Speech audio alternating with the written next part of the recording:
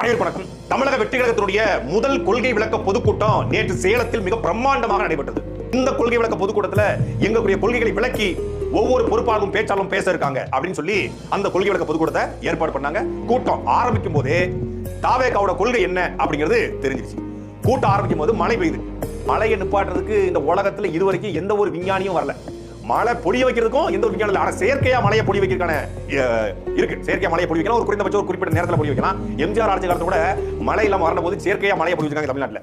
செயற்கையா அந்த சினிமாக்களை மழையை பொழிய வைப்பாங்க. அப்படி கூட பண்ண வைக்கலாம். ஆனா மழையை நிறுத்துற தொழில்நுட்பம் டெக்னாலஜி இல்ல. அதை தாவேகா கண்டுபிடிச்சிருக்கு. வருண பகவானுக்கு நேரடி அப்ளிகேஷன் என்னது, ஒரு தேங்காயை ஒரு வெத்தலை மேல வச்சு ஓம் கிரீம் கிரீம் கிரீம் கிரீம் கிரீம் கிரீம் கிரீம் கிரீம் கிரீம் கிரீம் அப்படி சுத்தி வந்தா மழை நின்றுமா.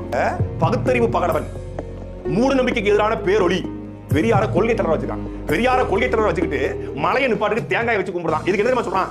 ஏங்க சம்பந்தம் நாம புரிஞ்சுக்கிறீங்க. நாங்க தான் தளபதி விஜய் விக்ரவாண்டில தெளிவா சொன்னாரு, கடவுள் மறுப்பில் நாங்கள் பெரியாரை ஏற்றுக்கொள்ளவில்லை.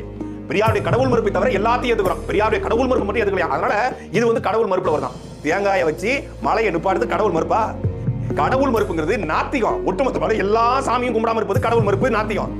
நீங்க பெரியாருடைய கடவுள் மறுப்பு தவிர எல்லா கொள்கையும் ஏத்துக்கிட்டா பகுத்தறிவு கொள்கை ஏத்துக்கல. பகுத்தறிவு ஒன்று இருக்குல்ல. பகுத்தறிவு பெரியார் பேசினாரு. பெரியாருக்கு முன்னாடி ஆயுத பண்டிதர் பேசினாரு. அதுக்கு முன்னாடி எப்பொருள் யார் யார் வாய் கேட்பினும் அப்பொருள் மெய்ப்பொருள் காண்பது அறிவு என்று வள்ளுவர் சொன்னார். பிறப்புக்கும் எல்லா உயிருக்கும் சிறப்புவாசி செய்தொழில் வேற்றுமையான சொல்லி வள்ளுவருடைய கோட்பாட்டை ஏற்றுக்கொள்ளுங்க. அந்த வள்ளுவரையும் ஏற்றுக்கொள்ளுங்க. வள்ளுவர் இங்க பெரியார் விடு. வள்ளுவர் சொல்றாரு, எப்பொருள் எத்தன்மை ஆகிரும் அப்பொருள் மெய்த்தன்மை காண்பது அறிவு. எப்பொருள் யார் யார் வாய் கேட்பினும் அப்பொருள் மெய்ப்பொருள் காண்பது அறிவுன்னு சொல்லுவாரு.